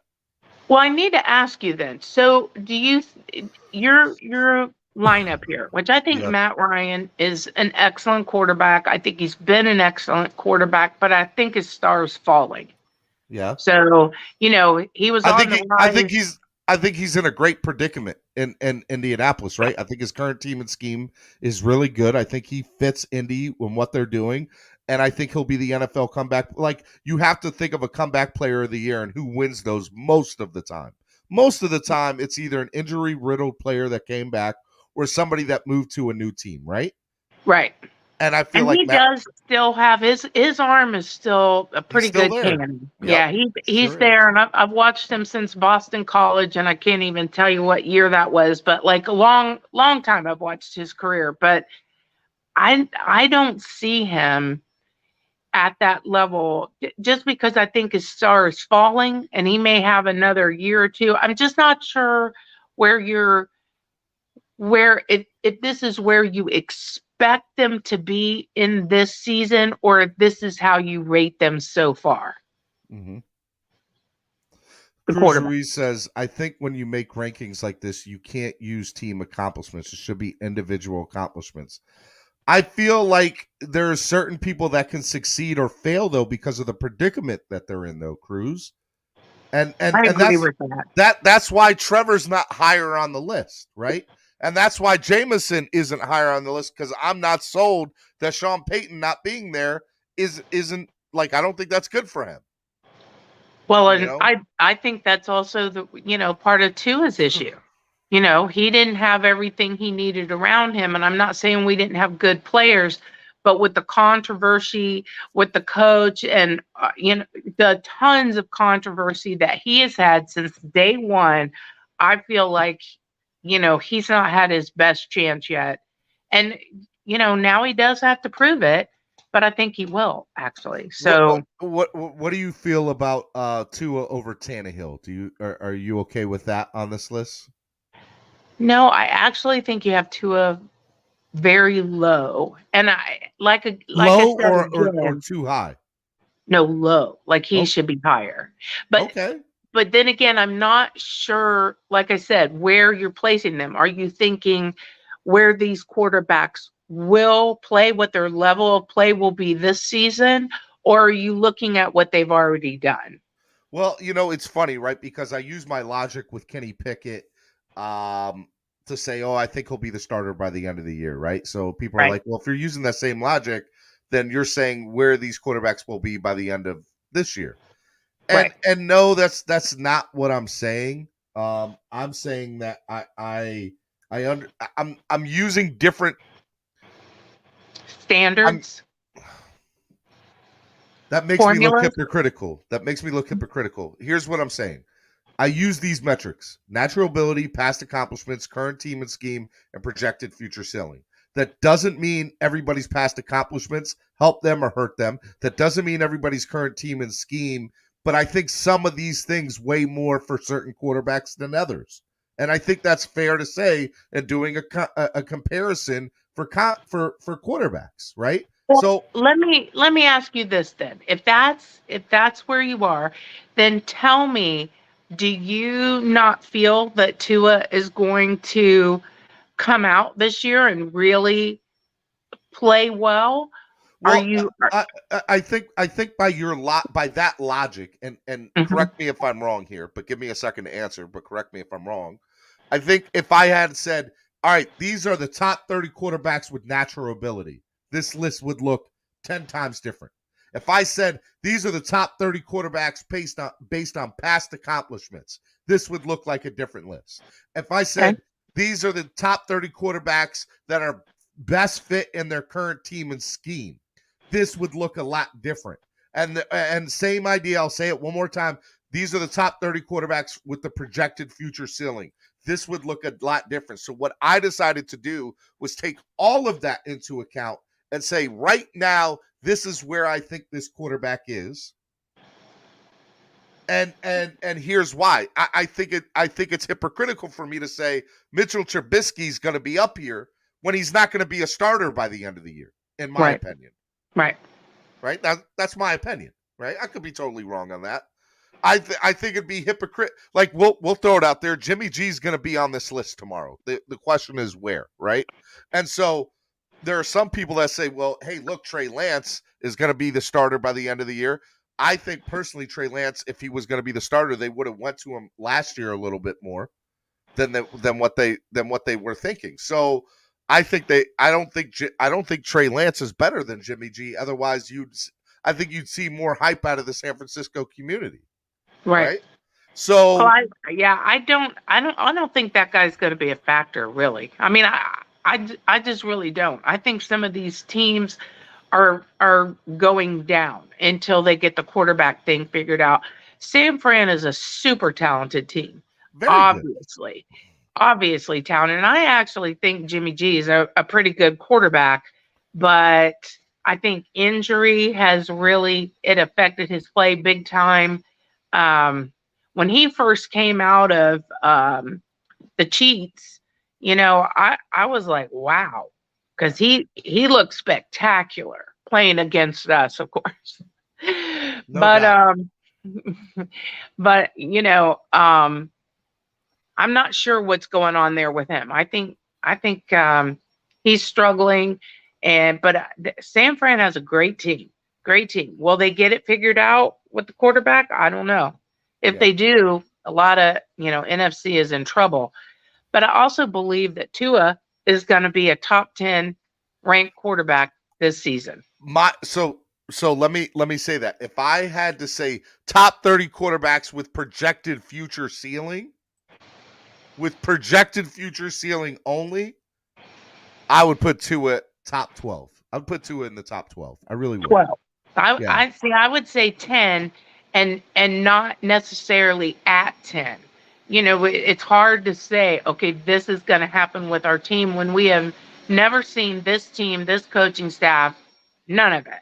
So I can't really say for positive, but I feel it. I feel it in my Miami Dolphin orange and aqua bones. Yeah, and look, there's a homer to that, right? There's that homerness to it, and that's okay to admit. But again, if I was saying future projected ceiling quarterbacks only, right, you have to take into account everything the Dolphins have done this year and what the weapons they put around him, and that plays a part into it looks good. It looks good. That's the way I see it. All right, Pamela. Let me say one thing, please. This is off topic a little bit. Please, to everybody out there on the chat, please don't hit the dislike button because you dislike something Steven is saying. The dislike to me is more like you dislike the show altogether. Put your comments into the dislike of something he's saying. Please don't dislike the show unless you really dislike the show. Then dislike and move on. Yeah, but if it's just because of something he's saying today, or you don't like the order of the quarterback, please don't hit the dislike for that. Give it in your comments. I appreciate that, Pamela. I will piggyback off that and say, if you dislike the show, feel free to hit the dislike button. But if you just dislike my comment or my take on something, but you enjoy the show, hit the like button. Hit the like. All right, Pamela. Thank you. I appreciate it. Thank you, Steven. No problem. All right, let me bring if you want to get in where you fit in. I would love to have you on. I had EM Dolphin fan in the back, but he got off. But if you want to get on and you want to tell me what your takes are, what your thoughts are of my list, I want to hear from you. I'm bringing you on one at a time. Let me bring in Nacho Finn. What is up, Esther Finn? How are you this morning, brother? Ole, ole, ole, ole. Checo. What's up? What's up, buddy? Hey, man. How are you? Not much, man. Yeah, bro. Why is Tua so high on this list? He's we all know that he's as good as a quarterback, a backup quarterback right now. Okay. Well, tell me why you look. Even if you're trolling or whatever, I want to hear what number would you have Tua at? Okay. Well, first of all, I don't like how you're pronouncing Trubisky's name correctly. Trubisky. Today. I said Trubisky. No, you need to go back to Trubisky because that's what it was last week. So don't go getting all fancy on everybody. I ain't mad at you. I correct the name and now I still get. Okay, funny. So first of all, like last week I was saying, this list for me has to have backup quarterbacks. It doesn't matter if there's more than one team on the list. So for that's one. So automatically with me saying that, I do believe there's some backups that have shown more ability than Tua right now. So I don't know, man. I mean, I could say Tua's maybe in the back 5 of the top 32. But I'm not putting him any higher than that, man, until he's just too inconsistent. That's basically what a backup is. So, and I got a Tua jersey. So I got a Tua jersey. So I know a lot of people hate. What number would you have Tua? Maybe 30, 28, somewhere around there. And see, and that's the thing. I think there's no way in the world that I would have Justin Fields or Carson Wentz or Zach Wilson or Kenny Pickett or Marcus Mariota or Daniel Jones over Tua. those guys But you aren't. just said you'd have him at 28. I just named 5 Well, quarterbacks the right there that are better than Tua. Okay, can I Straight up. finish? Can I finish? Go Remember, don't forget when I mentioned how I would do the list, I preferenced that there was backups that I think are potentially better than Tua right now. He's All right, so borderline, like barely a starter, like right there in between, like backups. That I mean, you're basically splitting hairs, and I guess it's like a coin flip. Like nobody really cares about the back 32, to be honest. But I think he's somewhere back there, bro. I don't think he's. I mean, that's fine. I guess that's a lot of people. I think that's way too high, 18 for Tua. So, but I just wanted to, man. I know this is off topic, but there was a lot that went on in the sports world this weekend. I just want to throw a shout out to Checo Perez from Mexico, first person in 41 years from North America to win Monaco. That was dope, bro. I'm such a casual when it comes to racing, but I was watching that. I loved it, man. I watched the Monaco race in the morning. I watched the Indy 500 a little bit while I was at the pool, and then I watched the Coca-Cola 600 only to see my boy get cheated out, but that's neither here or there. I'm not going to go there. Oh, you're really into Bubba Wallace, right? Bubba got cheated out off a stupid rule. Rule. There's a whole lot of, one of the things I didn't understand about what racing was, I always saw that they had teams, and I was like, there's no way these guys like each other. But I started watching this like documentary on Netflix, bro, and I was right, bro. These dudes are on teams, but bro, they wreck into each other and stuff, and I didn't know that was a thing.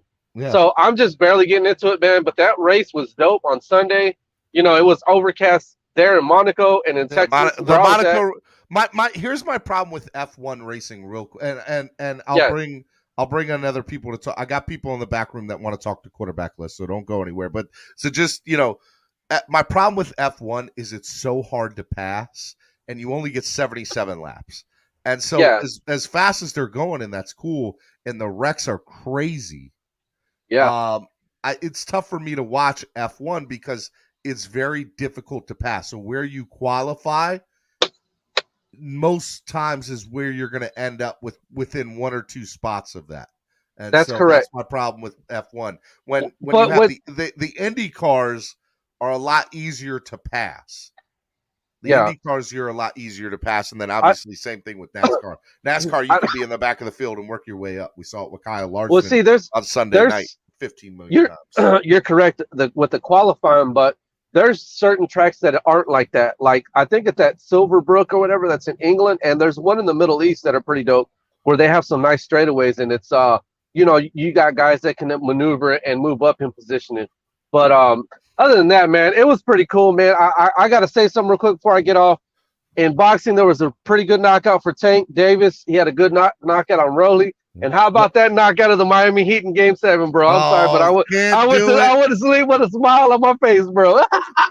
You thought you was gonna get off? See, that's why I told y'all you don't celebrate in the regular season. Y'all regular season champs again. That's why I kept telling y'all. But hey, y'all go ahead, do y'all thing. Where your Spurs at? The same place my Miami Heat are. All I gotta say is 2 of them will be coaching in the finals, and one of them helped knock y'all out. That was the trade for Derek White. So I'm sorry, but y'all never answered the call for that guy in the rotation for the Celtics. So regardless, the Spurs still winning, baby. Woo! Get out of here, Estefan. I love you, Estefan. At least we made the playoffs, Estefan. Can't with you. All right, hey, look, I want to bring a couple more of y'all on. I got nobody in the back room right now. So Pete, EM Dolphin fan, if you want to get up here, you want to tell me what you think of my list so far. If anybody else wants to get up here, I am all ear. This is my list. I released 5 more names today. Tannehill, Wack Jones, Tua, Jared Goff, and Matt Ryan. Steven, why do you have Jared Goff and Matt Ryan ahead of Tua? Well, they both have been to a Super Bowl, and I felt like, I don't know if I had a very difficult time putting somebody who had been to a Super Bowl ahead of Tua. Although I desperately love Tua way much more than Jared Goff, personally, but that's fine. Roach, get up here. Tell me what you don't like about my list. Get up here, Roach. Tell me what you really think, man. California, what's up, man? Come on, let's go. I want to hear from y'all. I want to hear from you. What do you think of my list, and what do you want to argue with me about on it? And by the way, I'll say the two things that people are arguing with me on are I knew it was going to happen. Tua, I knew people were going to argue with me about Tua. I thought there'd be a little bit of pushback about Tannehill being higher, and I knew that Jameis Winston and Trevor Lawrence were going to get me, but I didn't think Jameis was going to get as much. People really are mad that I didn't put Jameis Winston a lot higher, and so I am very surprised about that. I think that Jameis, there's just so many question marks there in New Orleans. So many. All right, Miami Sports Music's number one Miami fan morning show, Clap Blockers. If you're interested in coming on and debating this list, I want to hear from you. Get up here. I put the link in the stream. And, we can talk about whatever, but I want to get in here.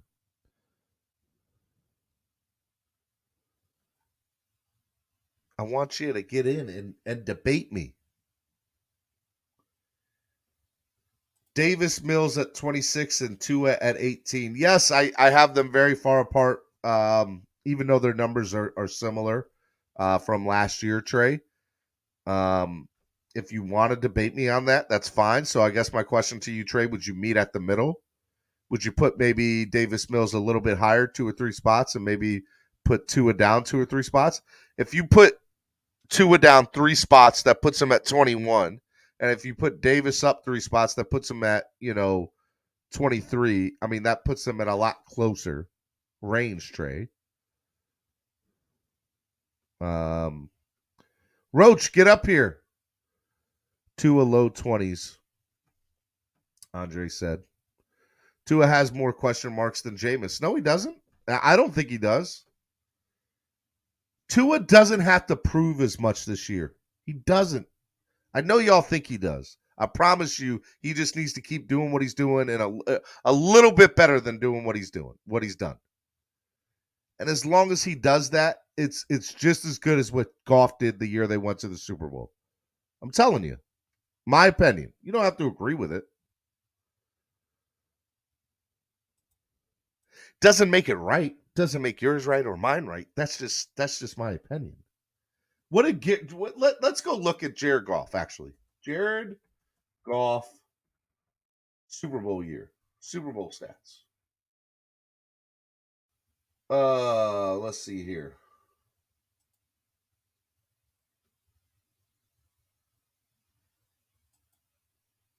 I'm looking it up because I want to see what he did that year. What year did they go to the Super Bowl? 13-3, right? Did they go that year? 2018?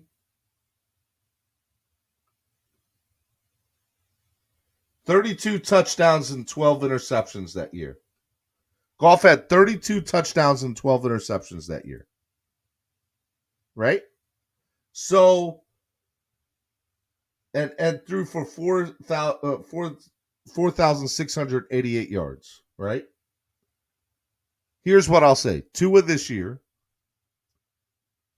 does maybe not as many yards, but possible, but does the same thing with touchdowns and interceptions. Dolphins have a big chance to go to the Super Bowl. 150%. I don't know if he'll get as many yards, but I definitely could see him getting as many touchdowns. 100%. I could see him getting 30-plus touchdowns and only 12 interceptions. 12 to 15 interceptions is kind of where I have Tua this year. 4,000 yards and 28 touchdowns if healthy. I 100% think that Tua can do that.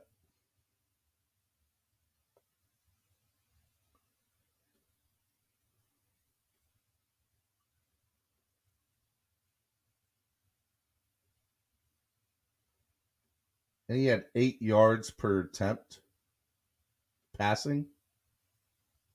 Air yards per attempt, 8.5. All right, so let me see Tua.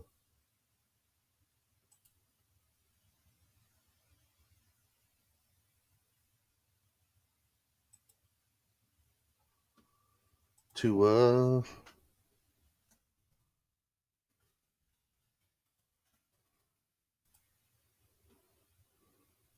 He's a product of the Rams. Stafford took the Lions to the playoffs. Jared Goff will never take them to the playoffs.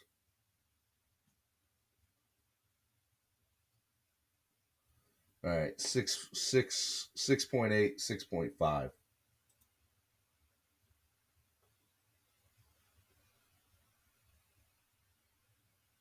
All right, it'll be very interesting to see. It'll be interesting to see. I think, yeah, wow.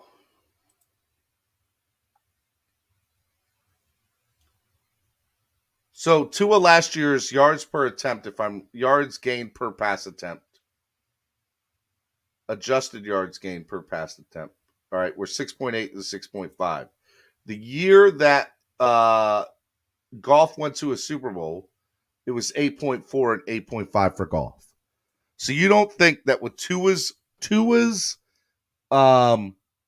roster that he has down in Miami, that he's not going to adjust that by 2 yards? It's going to happen. Gonna happen. No doubt about that. And if you argue with me on that, you're just being a hater, in my opinion.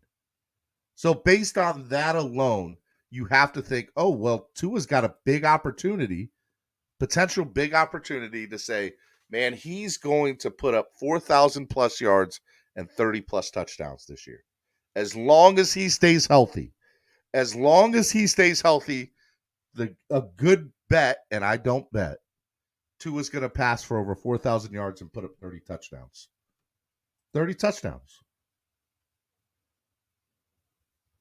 Has to come close or surpass his career totals this year. I don't disagree with that, level 2 noob. I don't disagree with that.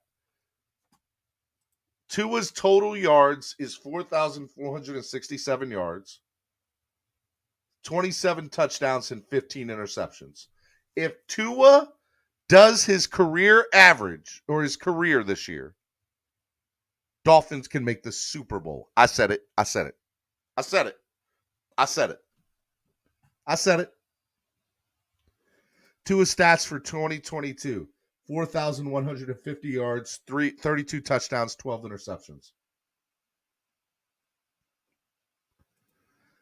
If Tua gets 30 plus touchdowns, I'll buy a jersey. Yeah, I mean, look, 100%. 100%. Tua's ceiling is very high. And that's another reason I have him on this list. And I do think that Tua's ceiling is much higher than Goff and Ryan's. And I think he's on a better current team and scheme. And I think his natural ability is better than those two. But the past accomplishments is a Super Bowl for Goff and Ryan. And that, even though that's 3 out of 4 that I would have Tua over, it's just tough for me to say right now today that Tua is over them. I think by the time the season starts and we get into the season, we'll definitely see that Tua makes that jump. Or at least we hope. I hope he'll make that jump.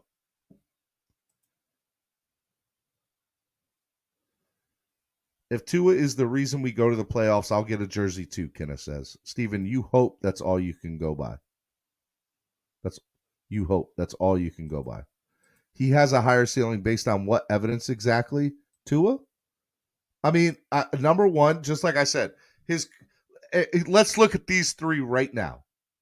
And by the way, this is an argument against my list, my own rankings. But let's talk about it, right? Based on that, Tua is in a better current team and scheme than Matt Ryan in Indy and Jared Goff in Detroit. Does anybody disagree there? Does anybody think right now that Jared Goff or Matt Ryan are in better situations than what Tua's in Miami? Whose situation is better? Matt Ryan in Indy, Jared Goff in Detroit, or Tua in Miami? Let me hear from you. In the chat, who do you think's in a better opportunity to succeed? And a better current team right now? You got to go Tua in Miami. You have to. You have to go Tua in Miami. Matt Ryan is in a great situation as well. Level 2 noob says Matt Ryan. Really? Come on, guys. You think Matt Ryan? I'm not saying Matt Ryan is in a bad situation, but you would take Matt Ryan's situation in Indy better than ours, Tua's and ours in Miami? That means you just crapped all over the Dolphins offseason, in my opinion, by making that statement. That means you have, like no way. No way. No way. Tua has the best situation, hands down.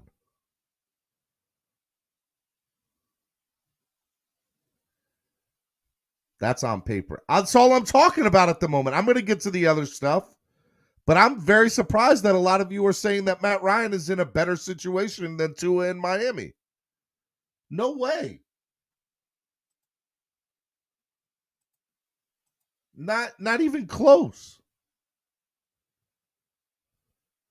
I'll give you that Tua's better on a better team, but Tua's play be? I'll get to that. We're not talking about that. The question on the table is whose situation is better right now? Matt Ryan in Indy, Jared Goff in Detroit, or Tua in Miami?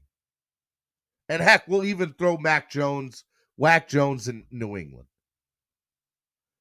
And if you don't say Miami, you are absolutely dismissing everything the Dolphins have done this offseason. Absolutely dismissing it. Let me bring on Big K. Big K, what's up, man? What up, bro? What's going on, man? Who's this? Have you been on the show before? I don't know of Big K. Yeah, this King of Ranking. Oh, what's up, man? How are you? I'm cool. All right, man. Talk to me, man. Do you think that Matt Ryan's in a better situation in Indy than Tua in Miami? As far as what everybody talk about, the run game, yes, okay. He has a better run game. But as far as the whole team as a combined, Tua is kind of in the best situation, but that don't mean everything gonna pan out. No, that's true. And I just saw up here you said Tua is has the best situation. Look, here's what I'll say. But the question originally on the table for me was how do I suggest that Tua is in that better situation, right?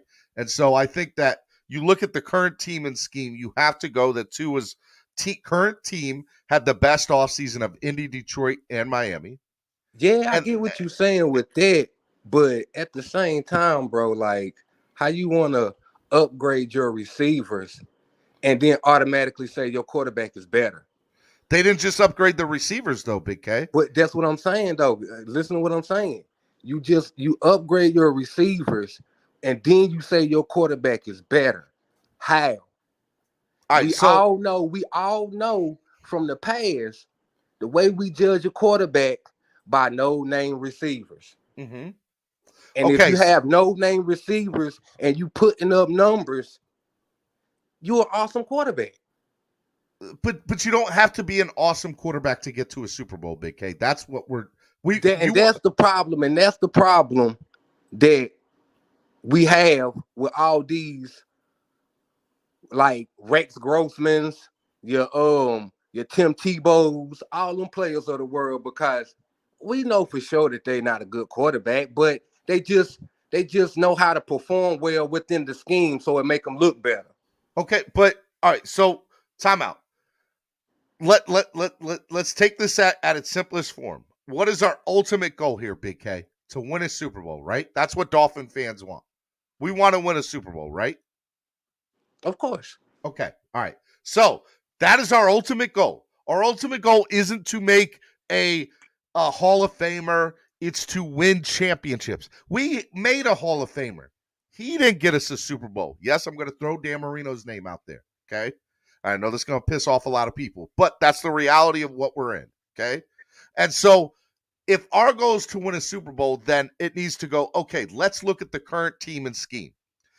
Tua's current roster, as it looks on paper right now, is way better by far than Matt Ryan's in Indianapolis, that Indianapolis roster is good. I'm not denying it. I'm not sitting here saying it's a bad roster, but our roster looks way better on paper. And Jared Goff in Detroit, I don't even need to talk about. Okay. So Jared Goff isn't even in the discussion. So check this out, though. Check this out. Any of them quarterbacks that is subpar on that list behind Tua, put them on this team with this roster. What do you think about them then? So if I took Wack Jones or Tannehill and I or can, Wentz and I can say you can cross off Carson Wentz because he already done proved he was shit. Oh, my fault. Excuse me. Swear jar. That's all right. It's your first time. Up here. Just pay the dollar fee. All right, but let me tell you, to answer your question though, Big K, to go there. Jalen Hurts. You're saying if I took any one of these guys behind two on my list and plugged them into Miami, that our team would be in a better situation? Is that what you're saying? I mean, pretty much, like you said, Jalen Hurts. If you take Jalen Hurts and swap him, tell me Waddle does not have a lot more yardage last year because you know Jalen Hurts is going to get out there and scramble. Waddle doesn't have a lot more yardage last year with Jalen Hurts. I just think it is. I just think he does because Hurts will break down the defense more. The only quarterback that I could possibly say that for on this list is Trevor Lawrence. Maybe. Bro. And that's because Trevor's a first overall pick. And bro, I don't. Jameis Winston rookie stats was far beyond Tua's 3 years put together, bro.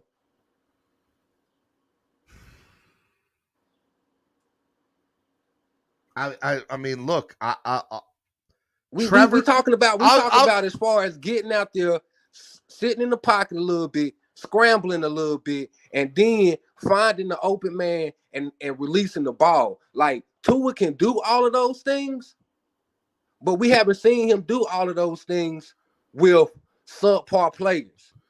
I'll be honest with you. In my mind, Big K, there's nobody on this list. And like I said, if you're asking me to choose one, the only one that I would even come close to choosing is Trevor.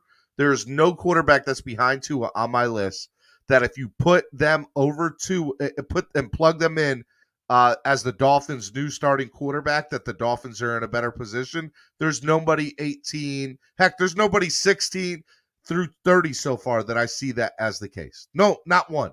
Not one. So you mean tell me Tua better than all of them? Yep, 100%. I don't believe that. Twice bro. On Sunday. I don't believe that, bro. Tua good, but he ain't as advertised. Look, the only two that I'll give you as an argument are Matt Ryan and Trevor Lawrence. That's it.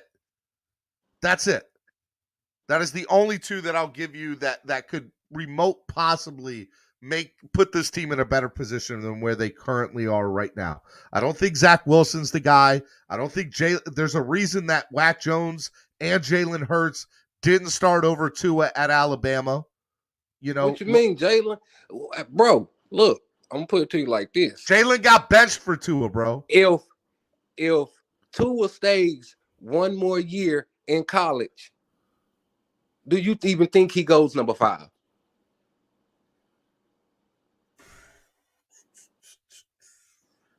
I think he starts. I think no. What I'm saying is, I think he starts that. Like, I think he starts. Wack Jones is still on the bench. I'll say that, right? I don't think Wack Jones would start over Tua for an extra year at Alabama. Because now think about it. Do I think he would have been? Do I think he would have been a top 5 the following year? Yeah, because he would come into next year being a starter, and they would be expecting him to play off of that injured hip. I'm gonna say.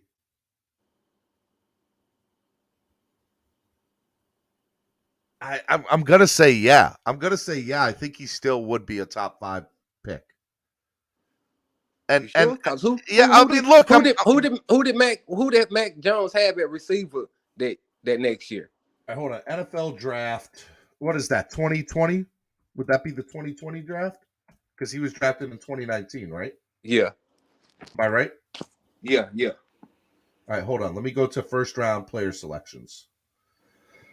No. So 2021. So we go to the next year's draft. So 2021 draft. Trevor Lawrence. Is Tua drafted over Trevor? No. No. Is Tua drafted over Zach Wilson? Yes. Yeah, I give you that. I think Tua's drafted over Trey Lance. So yeah, I would. Trey Lance, we don't know about Trey Lance. That's still up in the air. Bro, I'm telling you right now, in my opinion, Tua would still have been a top 5 pick in the following year's draft. My opinion. Top 5 broken down like that, the top 5 picks that year. The top 5 picks were Trevor Lawrence, Zach Wilson, Trey Lance, Kyle Pitts, and Jamar Chase. But it would have been up to Tua to put up the numbers once again. And I think he would have at Alabama and play on that hill. Did Wack Jones win or go to a championship game that year? I don't think they won it. I don't think so. I don't even like Wack Jones. So all right, hold on. Let me look. Wack 2021 national championship game.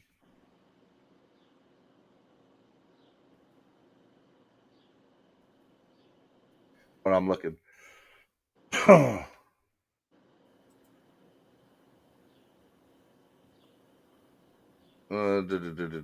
Sorry, I'm trying to go to your thing here. You good. You Gucci.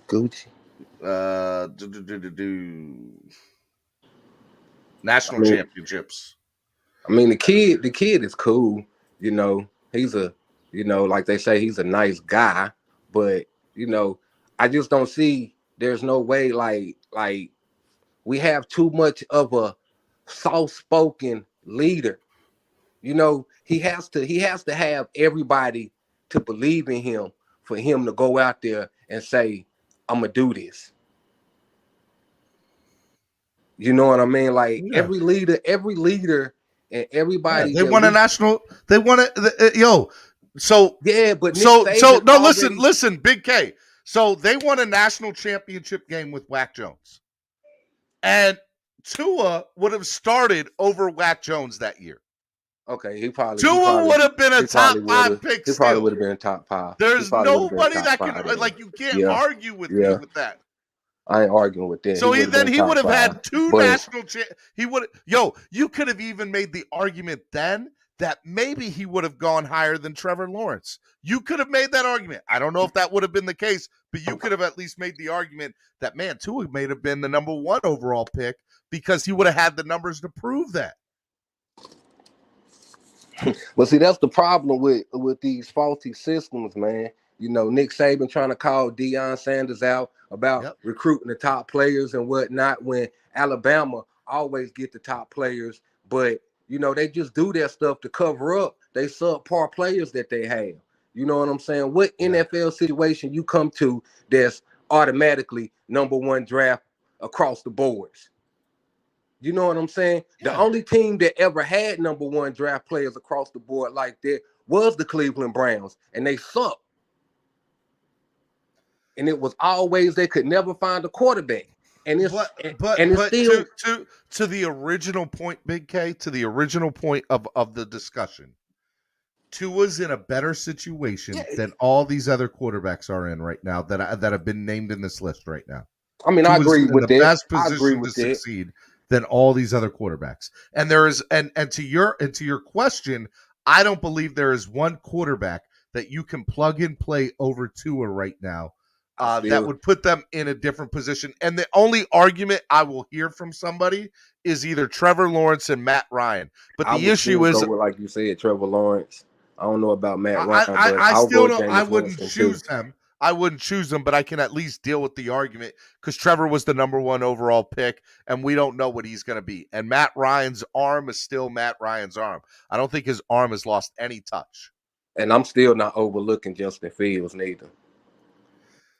That guy, Chicago he's too much of an athlete. Chicago will be lucky to win 7 or 8 games this year, and that's real. I mean, yeah, but if you build the team around the player, you already know what's going to happen, like they doing with Tua right now. Like I said, Justin Fields, he already got out there and said it. Like, it felt like he was moving faster than everybody. And if you are that young and you feel like you're moving faster than everybody, you're going to see things that the average player is not going to see. I mean, I hear you. I'm just telling you what my opinion is looking out. I respect your opinion on it. I'm just telling you, I think that Tua is going to, so I have him 18 right now, Big K. I think he has the potential to be top 12 by the end of this season, and maybe even higher, depending on how far they go. Depending on how far they go. If he even remotely have, and I'm gonna try to make it easy for him, 3 comeback games this year. It's not about the games. I don't even think it's about the. So this is the thing where people get on me about. I think Tua will put up big numbers. I'm just throwing that out there, but he doesn't have to. That's the point. That's the point for them to be. That's the point, to be better. Even though you don't have to take out the trash, you gonna get your ass up and do it, ain't you? Swear jar. Yes, I hear you. But what I'm telling you is the way that if you go back and look at these quarterbacks that have been to Super Bowls with teams, as long as Tua doesn't make mistakes, this team on paper, I just want to throw this out there. I'm saying on paper, looks like they are Super Bowl contenders today. They do. They really do on paper. Now, the issue is the rest of the AFC is a force to be reckoned with, right? Like, there's some really good teams in the AFC. There's some really good teams in the AFC. And if the Dolphins were an NFC team, bro, they would definitely. There wouldn't be no question. There wouldn't be no question. No question. It's just that for me, it's always come down to like if our teams are equally good, it's gonna come down to the one player that handles the ball. And that's what most people are saying. That's why people aren't willing to give Tua the benefit of the doubt, because these teams in the AFC are so stacked that they're like, hey, look, Tua has to go big this year, because when we're down in these games, if Tua's not being able to put up tick for tat with Justin Herbert, or tick for tat with Joe Burrow, or tick for tat, with the rest of these guys in the NFC, Derek Carr, all these people. I think Tua need to go hang out with Kyler Murray. I say AFC. There was something about Kyler that brought something out of Tua. Yeah. It was something out of because that Arizona game, that was when there's 2 games that I think he really showed out. There's that one, and I'll be honest with you, the Kansas City one that we lost 2 years ago. Wow, that was garbage time, though. That was garbage time. But still, man, it don't matter if it's garbage time or not. You put up then we can go back and we can look up, some of these other quarterbacks in there. Like it's all the same, bro. Yeah, but you know what I'm saying? Like, I could put up 10 points in the first half, and this is me referring if I was a basketball player. I could put up 10 points in the first half, and we getting smashed. And the second half come out, we still getting smashed, and I put up about 30, 40 points. They let me have that. Yeah. All right, look, Big K, man, I appreciate you coming on, man, and debating with me. I got to get out of here, but I appreciate you coming on this morning, brother. Hey, no problem. You owe like $3 to the swear jar, just so you know. $3 to the swear jar. I got you, bro. I got you. All right, Big K, be good, man. Yep. All right, Miami Sports Music's #1 Miami fan morning show. We released 5 more names today: Tannehill, Wack Jones, Tua, Goff, and Ryan. Just like I said, I have Ryan and Goff ahead of Tua because they both have been to Super Bowls, and I just felt it was kind of tough to put Tua higher than them because of that. But I appreciate the take this morning from everybody, and I appreciate the opportunity to show you, and I think that you will see my top 15 tomorrow. I'll release 15 through 11, And we'll see after 15 through 11, because there's no way Tua goes into the top 10, right? So 15 through 11 tomorrow, I think will be a better opportunity for you to see how I graded these quarterbacks and where they're coming from. So it'll be very interesting. Nobody mentioned how he was down like 30-10 to the Chiefs. They started playing zone, and we was getting smashed. King, I want to talk about that more tomorrow. But yeah, man, very interesting. All right, look, Miami Sports Music's #1 Miami Fan Morning Show, Clap Blockers. I am your host, Stephen D. I had a really, really good time with you this morning. It was a lot of fun. Level 2 Noob actually tweeted me this morning. I just want to throw up his tweet because I thought it was very interesting. He said, and I quote, he says, "How are you catching more heat than I did for putting two spots higher than you?" I agree. You didn't get any slack for that.